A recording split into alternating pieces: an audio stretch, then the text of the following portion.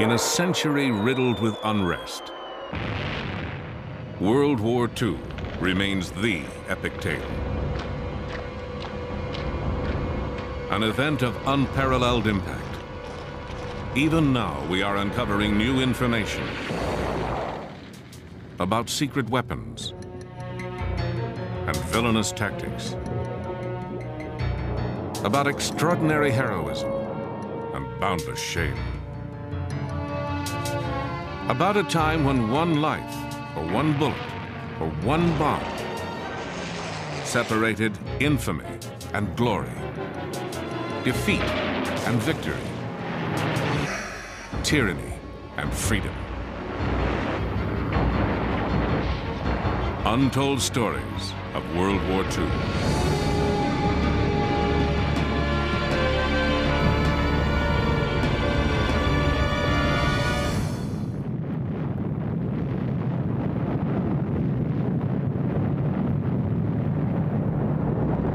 On the 16th of July, 1945, a bomb exploded in the American desert. A very different kind of bomb. The furious energy of the atom had been unleashed. That power might have landed in the wrong hands had a few brave men not waged a secret war against Germany's atomic program. At the height of the Second World War, Germany's Nazi Party marched toward global domination, led by its ambitious, remorseless leader. Adolf Hitler had the will to conquer the world. All he needed was the weapon. And he had found the means to make one in the most unlikely place. It was here, in the snow-packed mountains of Norway, that a handful of soldiers on skis fought to stop Hitler's dream of possessing the ultimate weapon.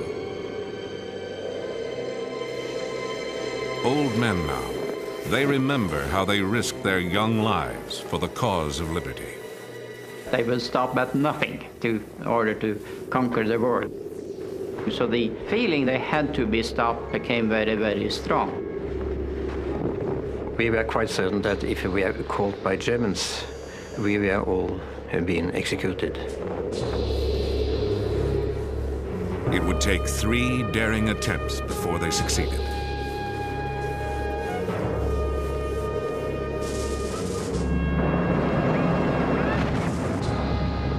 April 9th, 1940.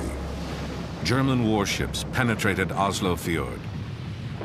The Blitzkrieg had come to Norway. Within 2 months, the besieged nation was forced to surrender. Well, it took some time to realize it, actually, but when autumn 1940 came and the darkness came in over Norway, you suddenly realized that it was not the same Norway you had the year before. To understand it, you need to have the experience of being occupied. To live in an occupied country is the most distressing thing you can do.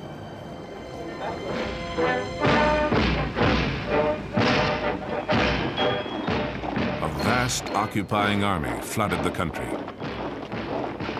The Nazis now controlled all aspects of Norwegian life. No, actually a war between each Norwegian and each German. We had to do the best out of it. I think that was the common opinion. Inside, of course, most Norwegians hated them. They introduced Gestapo in Norway when they understood that the resistance was coming. Started arresting people, torturing people, killing people, etc., etc. And then we suddenly understood what an occupation meant to the people.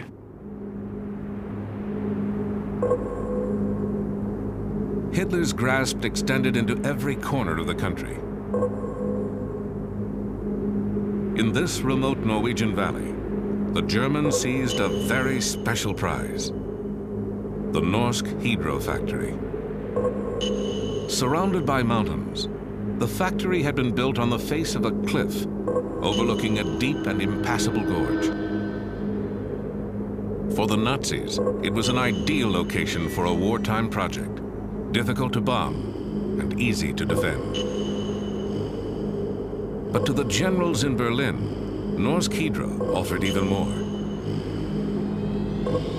In 1940, it was the only hydroelectric plant in the world producing large amounts of an extremely rare substance, deuterium oxide, also known as heavy water.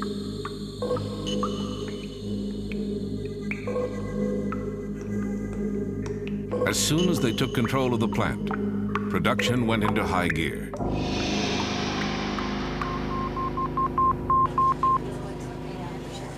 When word reached Great Britain, a powerful sense of foreboding swept through the Allies.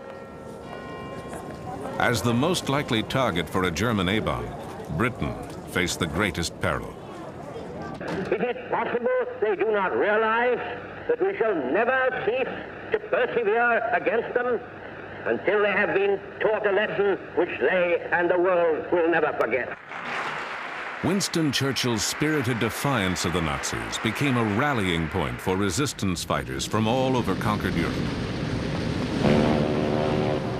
Young Norwegians, eager for combat, joined the army of exiles gathering in Britain. There was no sacrifice that was too big to try to get the Germans out. Clean rifle. Well done. The British created a secret organization, the Special Operations Executive, to fan the fires of resistance.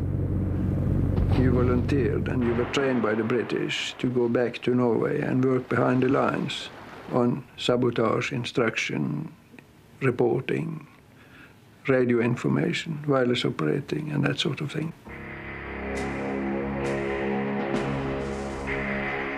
A few young resistance fighters would return to Norway undercover, armed with a plan to destroy the heavy water factory.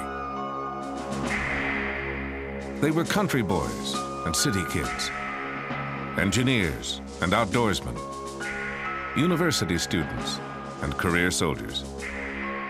Shock troops in a clandestine war against Hitler's A-bomb. They would become legends in their homeland. And some of them would even star in this 1948 movie, chronicling their real-life exploits. Scenes from this film give a revealing glimpse of the daring mission. October 18th, 1942. 4 of the men returned home in a dangerous night parachute jump. Their mission, to guide a British explosives team to the heavy water plant. When we were leaving for the dropping zone, you felt that some of the people sending you didn't expect to see you once more. So we had to more or less to cheer them up and say it's not this easy to get rid of us. We will be back. Just wait and see.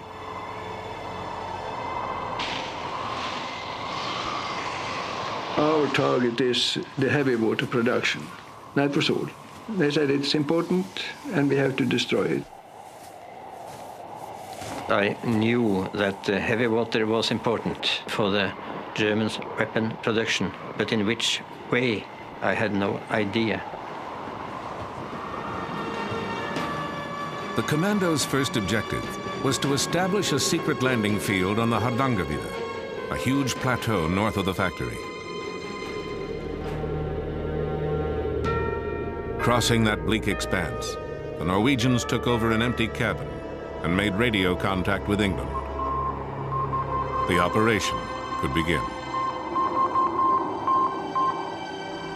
For the first sortie, the British sent a force in gliders towed by bombers, a plan that needed clear weather. But over Norway, clouds, winds, and snow had cut visibility to near zero. For the Norwegians on the ground, the flight had become a disaster waiting to happen. I tried to get connection with England and warn them, but at that time it wasn't possible. And then suddenly I heard interference in my headphones, and I knew they were not far away. And shortly after we also heard the engines of the aircraft. And it came dead on us, passed over us, and disappeared. After about half an hour, the next plane with a glider came, and it came right to us correctly, turned, and went away. The British troops never arrived at the rendezvous point. We got a message from London that both gliders and one of the Halifaxes had crashed in the mountains.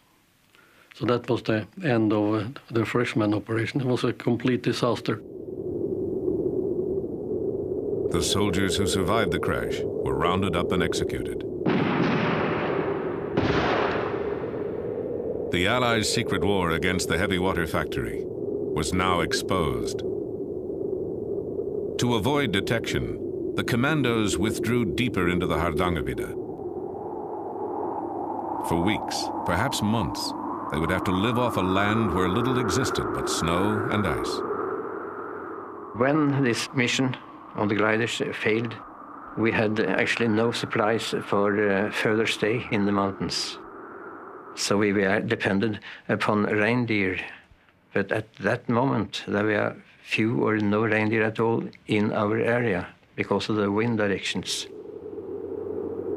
It was so very difficult to get to the reindeers. But the day before Christmas, Jens, he shot the reindeer. Jens learned that if you take the stomach of a reindeer, you get vitamins from the reindeer moss. So we cut up the stomach and took out the reindeer moss or the contents and mixed it with blood and everything and made a nice porridge mixed with brain. And we were eating it, and it probably saved our lives. So Christmas Eve, we had a real fine party.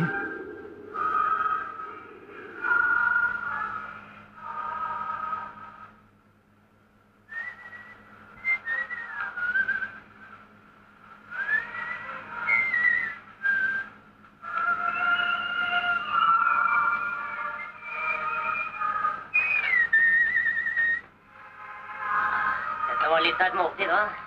Ja, det var ikke dårlig. We chatted. We had a good time at Christmas Eve, I remember well.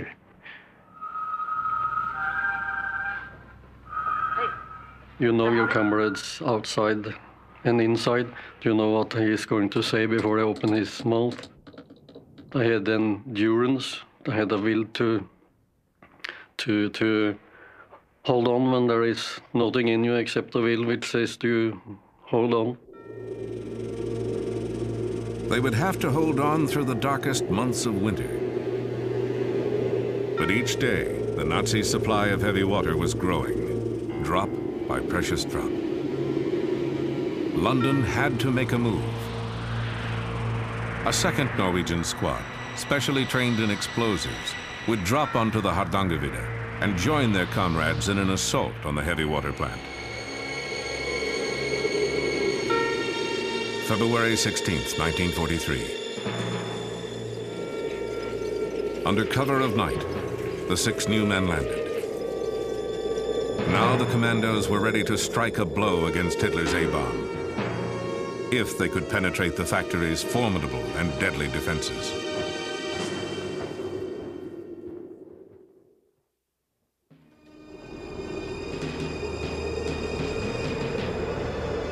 To the commandos, the heavy water plant appeared impervious to attack.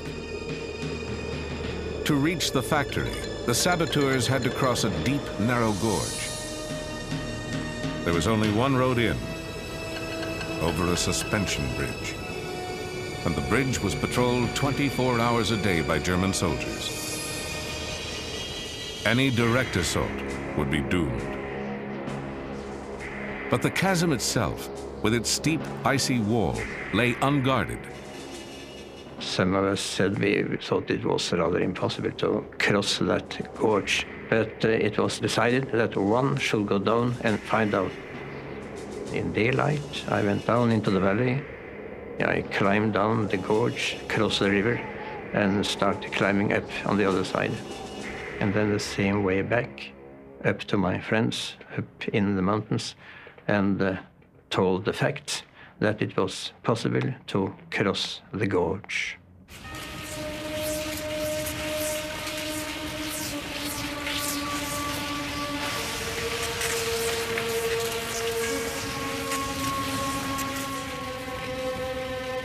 You felt that this may be serious, very serious for you, and you accepted that you might not come through.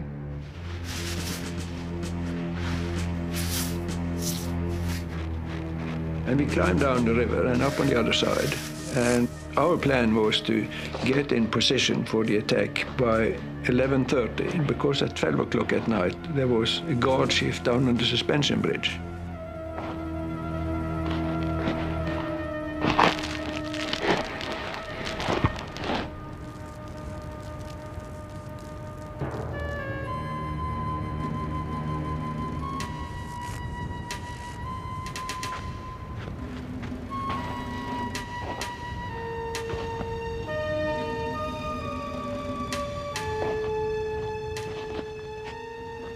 We wanted to see the German guards being relieved, coming up in the factory area and enter the barracks before we went inside.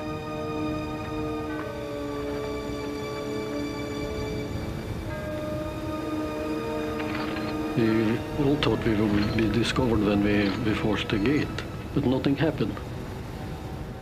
2 of us carried a full set of charges. In case one should be shot, there should always be reserve.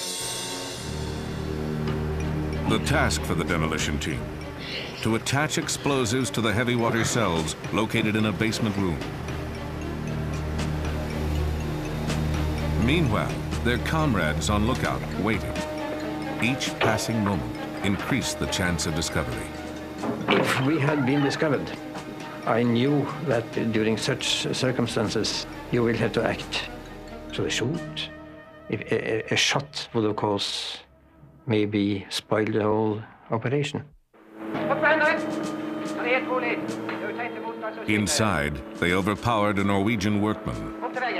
Holding him at gunpoint, the saboteurs placed their charges, pausing only to decide how much time they would need to escape before the blast.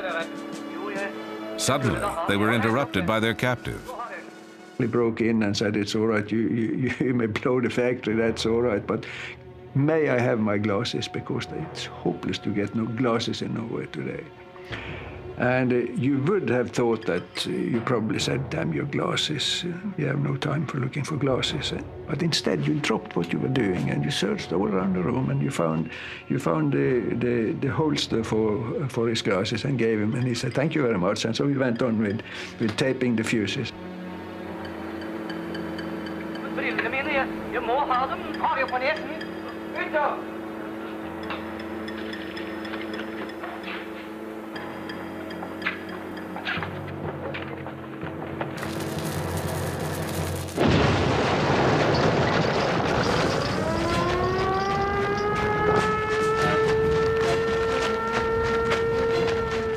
So far, they had beaten the odds. Now the commandos had only seconds to make their escape. And after a few minutes, 1 minute, maybe 2 minutes, they were there with us on the railway line. And we ran the same way back as we had come in.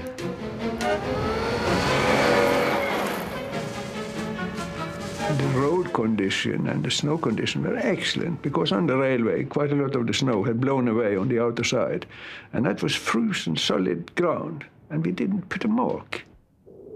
So everything was actually on our side. With determination, skill, and daring, the saboteurs had dealt a crippling blow to their enemy without losing a man.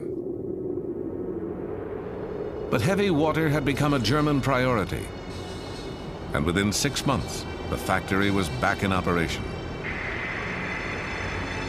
The Allies had to assume the worst. Nazi scientists were closer than ever to building a bomb. Another attack on the factory was set in motion. this time from the air. In a bold noonday raid, 176 American bombers hurled destruction at the plant. The raid damaged factory buildings and killed civilians in a nearby shelter. But the heavy water, secured in the basement, went untouched. With production halted, the Germans decided to move the operation to the safety of the fatherland, and inadvertently gave the commandos one last chance to destroy it forever. We had got information from London that the Germans had planned to take down the remaining heavy water. Team members secretly scouted the route. The heavy water would be loaded onto railway cars and taken by train to Lake Tincha. Here, the cars would go aboard a passenger ferry for the 2-hour trip across the lake. A well-placed charge could sink the ferry, and with it, all the heavy water. But sinking a public ferry meant paying a terrible price. Our conclusion was that the sinking of the ferry was about the only possible solution. It would have to be civilian sabotage, which was naturally a very serious thing to deal with. There was no doubt in our mind that there were going to be human lives taken. And furthermore, it could be anybody. And Rjukan was a small town, and it was really almost like all family. Fearing neighbors and friends might die, the Norwegians sent an urgent message to London. The British reply was immediate and uncompromising. It has been talked over, and the conclusion is the heavy water has to be destroyed. Good luck. And when you get such a message from London, you have to do it. Not to be drastic, but anybody in my family was scheduled to go on that ferry. I couldn't do anything about it.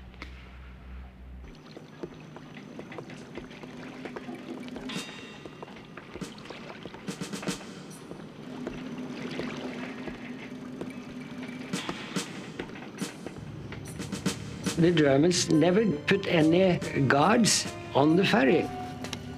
They were watching the barrels on the railway. But the ferryboat itself was not guarded at all.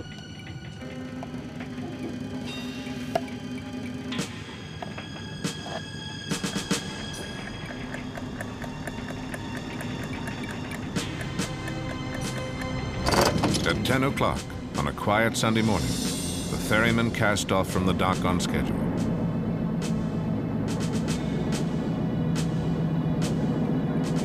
"45 minutes later, at the appointed spot, a blast tore through the bottom of the boat.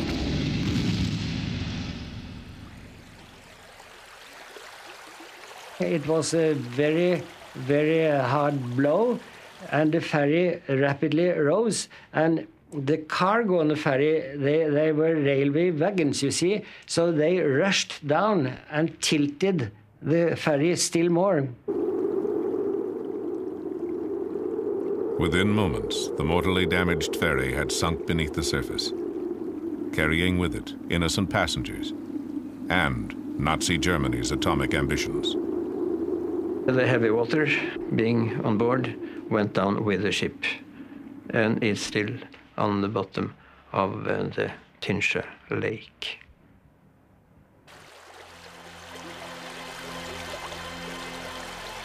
Later, the Allies would learn that the Nazis were never close to an atomic breakthrough. The U.S. won the A-bomb race.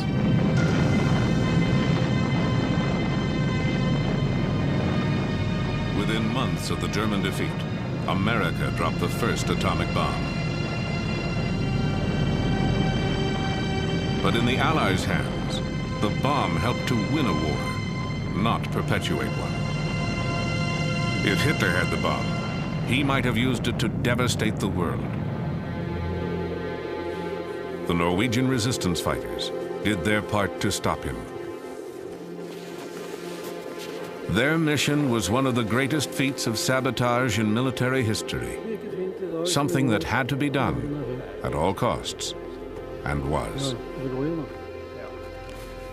You have to fight for your freedom and for peace. It's not something that you have every day. You have to fight for it every day to keep it. It's like a glass bowl. It's very easy to break. It's easy to lose.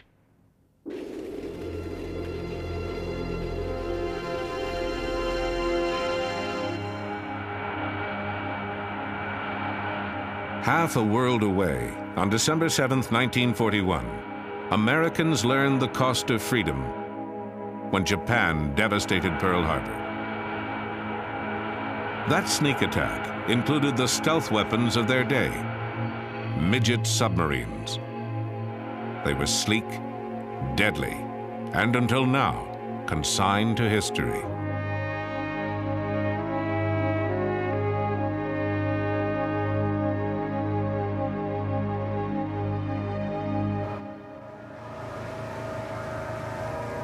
The National Park Service and the U.S. Navy have searched for the wreck of a Japanese midget submarine. An hour before the Japanese savaged Pearl Harbor, a U.S. destroyer sank the tiny vessel. The encounter could have warned American forces that bombs and torpedoes were about to rain on Battleship Row, but it did not. Now hold that. Shift her around. Marine archaeologist Dan Lenehan directed the hunt for the midget sub. Jim Delgado was the project's historian. Their collaboration grew out of earlier research below the surface of Pearl Harbor. They searched for evidence of a bygone conflict, a battle waged underwater by 5 midget submarines. One sub played a special role. And what's particularly exciting about the midget sub that's outside the entrance is it would have represented the first exchange of hostilities between the United States and Japan in World War II. And because remember that this sub was sunk an hour before the planes attacked Pearl Harbor. It's an incredibly important, significant find if we could do it. The search for the midget sub focused on a square mile of debris-laden bottom. The area is a graveyard of war relics, like this old Navy plane. 1,000 feet down in the darkness, everything begins to resemble a sub. But what they're looking for is 80 feet long and 6 feet across. It carried 2 torpedoes and was manned by an officer and a navigator. They were going to come on in, sit and wait, and then when the attack occurred, when the planes came in, when all hell broke loose in Pearl Harbor, they would surface, fire their torpedoes, wreak as much havoc as they could, swing around Ford Island, head back on out, and then rendezvous with their mother subs to be taken back to Japan. The mother ships moved into position off Diamond Head before midnight, December 6, 1941. They arrived ahead of the Imperial Navy Task Force. Each mothership had a midget sub strapped to its hull. The larger craft would release the midgets before dawn and retrieve them after the attack. But the tiny vessels would never return from the battle, a clash of giants that had been brewing for years. A long series of brutal attacks upon From Manchuria to French Indochina, in less than a decade, Japan had rolled up a long list of conquests across Asia. Despite an Allied embargo on war materials, she was growing stronger. By late 1941, the vast resources of Southeast Asia lay before the rising sun. Their only protection, a scattering of British and Dutch outposts, and the U.S. Pacific Fleet. I think there was a general sense that the war would break out. I don't think anybody expected that it would take place here at Pearl Harbor. Successfully surprising an island fortress 4,000 miles away also seemed impossible to Japanese leaders. But Admiral Isoroku Yamamoto convinced them this daring raid was the only way to disarm the sleeping giant. Japan had to smash America's Pacific Fleet even if that meant attacking its home base in Oahu's natural harbor. Japanese pilots trained hard through the fall of 1941. So did the crews handpicked to pilot the midget subs, the fastest boats of their kind. Soon, they would have their chance for glory. Secretary of State In Washington, Japanese diplomats continued to seek peace through negotiation until the final hour. No American will ever forget this. Not even Japan's ambassador knew of the coming attack. Mass murder in their hearts.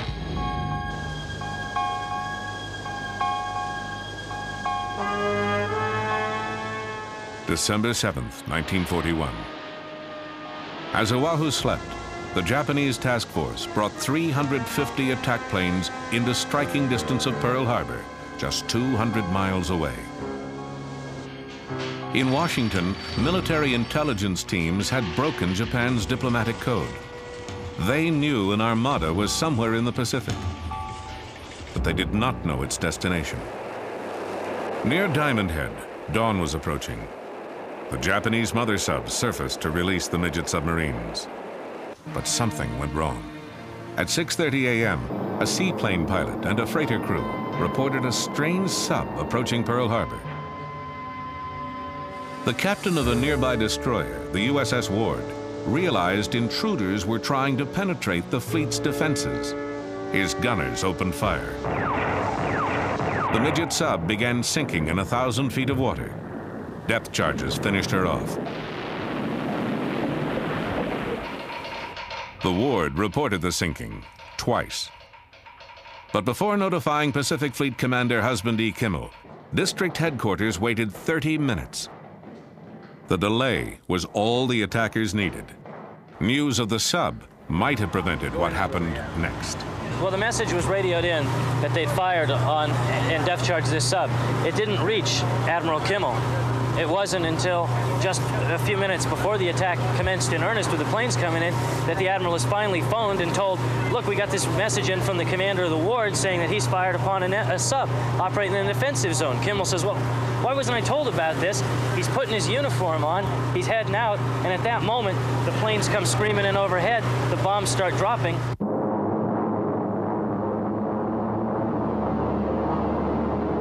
At 5 minutes to 8, 40 torpedo planes roared over Ford Island, bearing the mark of the rising sun. Accompanying them were 51 dive bombers, 49 high-level bombers, and 43 fighters. American sailors thought they were seeing a practice drill. Bombs and bullets found them eating breakfast, ironing uniforms, or staring into the fatal sky.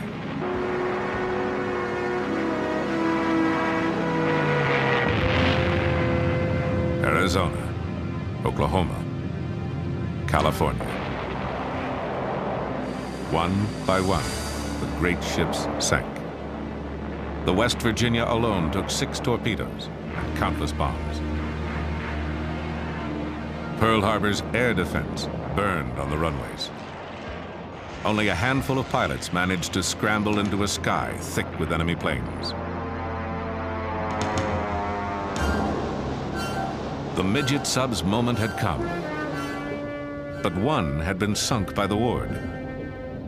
A second was depth-charged outside the harbor. Of the 3 that remained, 2 posed a threat to Battleship Row. Between waves of attacking planes, Sub 3 fired a torpedo and missed.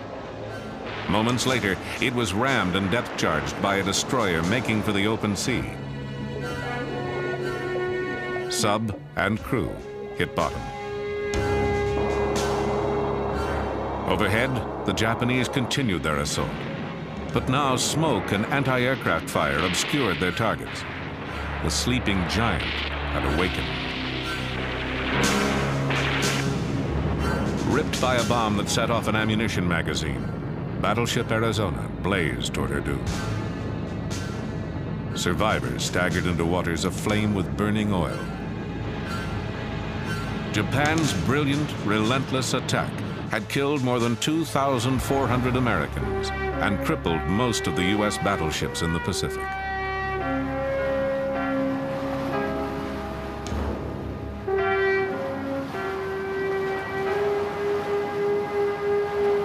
For the midget subs, though, the battle was not as glorious. 2 still roamed Hawaiian waters. Number 4, which may have fired at Battleship Row, radioed news of Japan's victory to the fleet that evening. Then she disappeared, never to be heard from again. The subs may not have seen resounding success, but Japan needed heroes. So the propaganda machine reincarnated their crews as the 9 young gods of Pearl Harbor.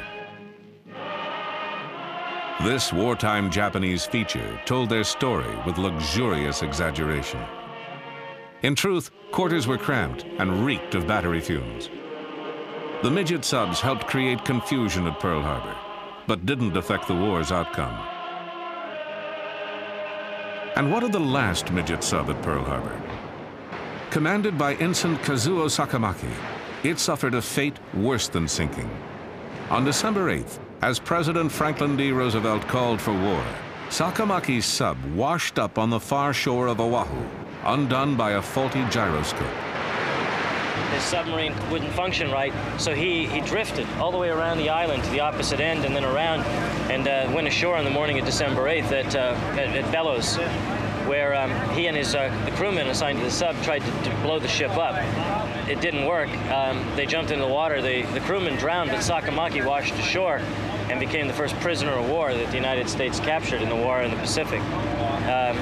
POW number 1. Sakamaki spent the war in prison. His sub toured the U.S., helping to sell war bonds, a souvenir of dark days.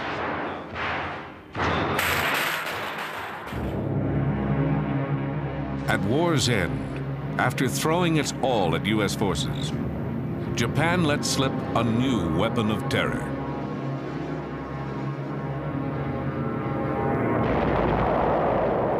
For decades, the scars left by kamikaze attacks enforced a silence on both sides. But the men who fought those battles will never forget them.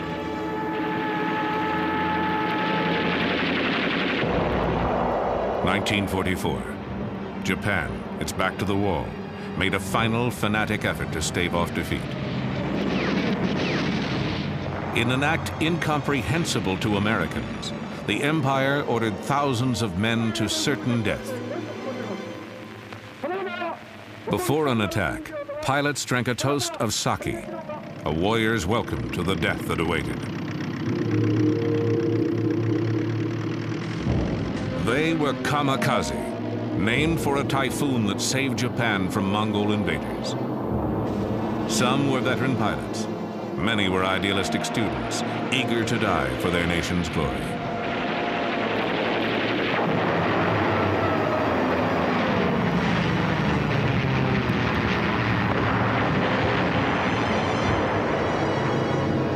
Kamikazes inflicted awful punishment on their enemies. More than 3,000 flyers dove to their deaths. They sank 57 ships and damaged more than 300 others. Their attacks killed at least 3,000 Americans and wounded more than 6,000. The kamikazes were the deadliest weapon ever launched against the U.S. Navy, so frighteningly effective that their existence was initially kept secret from the American public.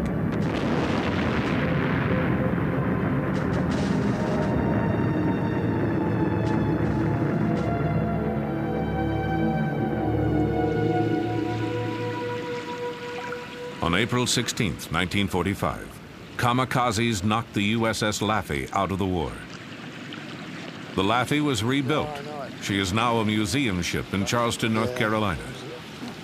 Today, she's receiving visitors, her skipper and 4 crew members from World War II. You know, there was The sight of their ship raises a tide of memories for these comrades in arms. Rear Admiral F. Julian Beckton, who died in 1995, was 81 when he gave this interview. He commanded the Laffey during the invasions of Normandy and the Philippines. Steaming toward Okinawa, he knew what perils lay ahead. The kamikazes were the most effective weapon that the Japanese developed during the war. And it was a desperate effort on their part to do it, but they were terribly, they had a terrible effect on our ships out there. Ensign James Townley would win a Silver Star for his valor aboard the Laffey. My opinion of the kamikazes were that they were misguided people. And then we learned more about them. We found out that, yes, they were the sons of the divine wind, or whatever they chose to call them. We call them one-way Charlies. And we were really scared to death of them, because no matter what you did, unless you could shoot them out of the air, they were coming in. Gunners Mate Second Class Lawrence Delusky would earn a Bronze Star before his 21st birthday. Everybody has their own way of thinking and their own ideas, and their ways didn't suit us. I certainly didn't feel as complacent as I feel now 45 years later. At that point, I was ready to kill them all. In Japan, another group of old comrades gathers for a reunion. These men were once the elite of the Japanese kamikaze corps, the Thunder Gods. They should be long dead, but they survived. Some because they flew fighter cover, others because seniority kept them out of combat to await America's invasion of the homeland. Now largely forgotten, they once made up an awesome attack force. Their weapon was the Oka, which meant exploding cherry blossom. But Americans gave it the code name Baka, meaning fool. The weapon for another type of kamikaze attack, a Baka bomb captured on Okinawa. It's a 2.5-ton flying bomb dropped from a mother plane and carrying a suicide pilot. 3 rocket propulsion units are set off on approaching the target, giving a maximum level speed of 535 miles an hour.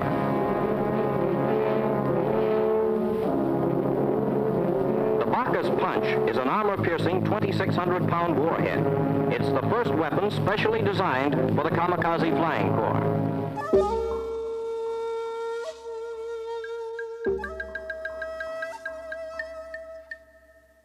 Reserve Lieutenant Hashiro Hosokawa was a senior member of an Oka squadron.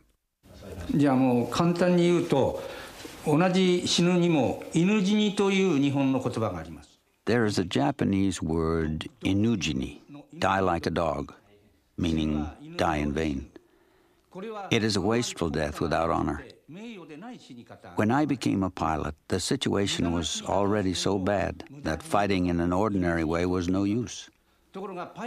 We were chosen as elite pilots. Each of us received a headband and a dagger.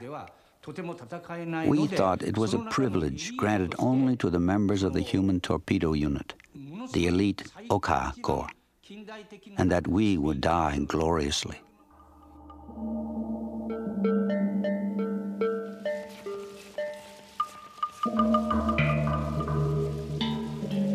These were the Thunder Gods. All had volunteered. All were ready to die. Each year, they gathered to pray for their fallen comrades. Commander Kunihiro Iwaki was vice commander of the Corps. 海軍の伝統としましてね。 The war situation was going so badly for Japan at that time that we realized that any semblance of normal military tactics could not possibly succeed. And we had to do the unthinkable or the incomprehensible in terms of the military acts in a last-ditch attempt to primarily get the American aircraft carriers. Given that situation, the men realized they had to become one with the bomb in that last final struggle.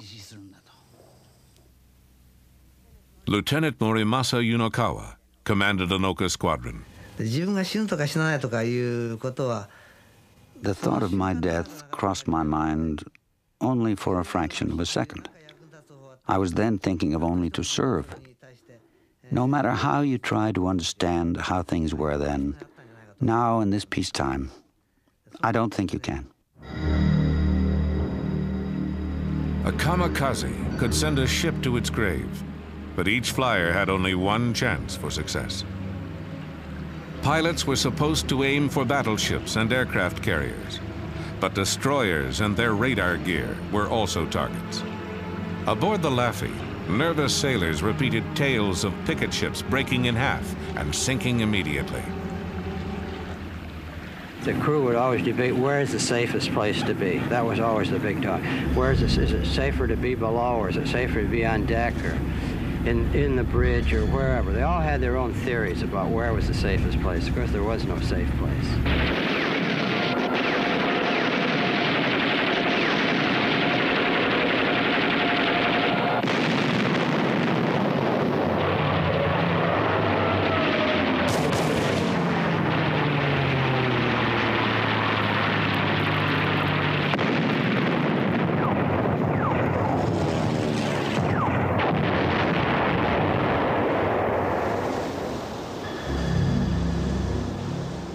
In April 1945, the noose was tightening on Japan. As the Battle of Okinawa began, destroyers patrolled 50 miles closer to Japan, tempting kamikazes taking off from the mainland. Suicide attackers had sunk several destroyers on this battle station. Now it was the Laffey's turn to stand watch. On April 16th, the ship began its third day on the perimeter. The mood aboard was tense. At 8:27 a.m., the Laffey's number came up.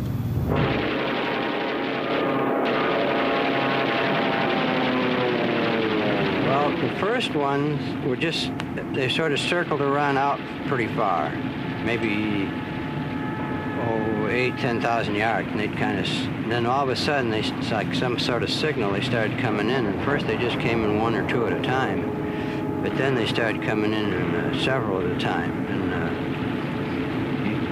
you just couldn't take them all under fire, so that's when we started getting hit. For 80 minutes, the Laffey's crew fought off the heaviest kamikaze attack ever on a single ship.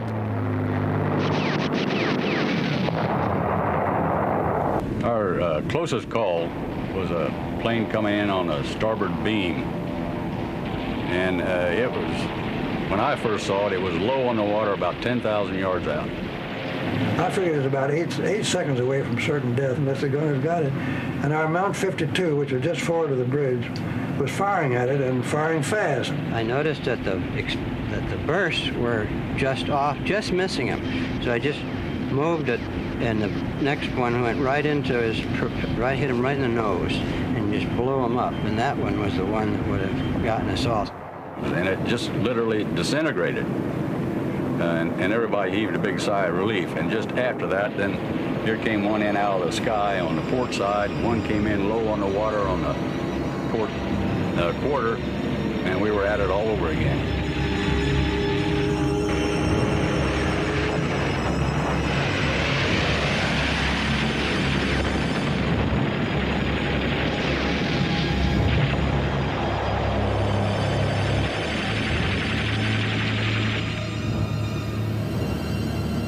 Of April 16th, we had a suicide plane hit us right about here. It hit with enough impact so that this gun was blown up, canted upward at more than a 45-degree angle. The motor of that plane skidded along the inside of this left-hand gun and wound up at the hatchway in the back of the gun on this side. And when he hit over there, I was blown up the deck about 15 feet. When I regained consciousness, that's where I was.